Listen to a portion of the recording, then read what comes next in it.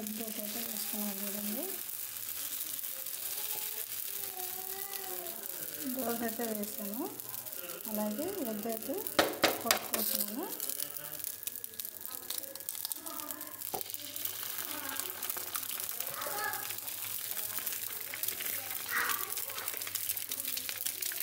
దీంట్లోకి అయితే నేను కారం అయితే వేసుకున్నాను.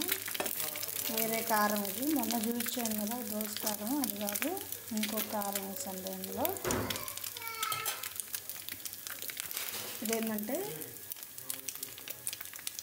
ఎండుమిరపకాయలు, ధనియాలు, జీలకర్ర, తెల్లగడ్డ, అలాగే ఉప్పు అలాగైతే వేసాను కారం. ఇదైతే చాలా బాగుంటుంది, ఇడ్లీలో కూడా వేసుకోవచ్చు. ఈ కారం దోశలోకైనా వేసుకోవచ్చు.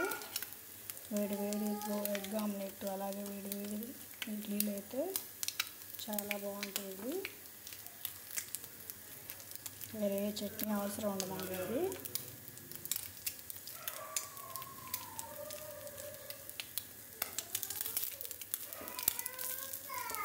దోశ అయితే మా పాపనైతే ఏమన్నాను వీడియో తీస్తా,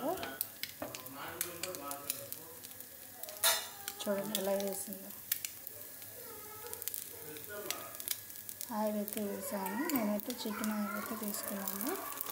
చికెన్ ఫ్రై చేయాలి పకోడీకి ఆయిల్ అయితే ఉంది, ఆయిల్ అయితే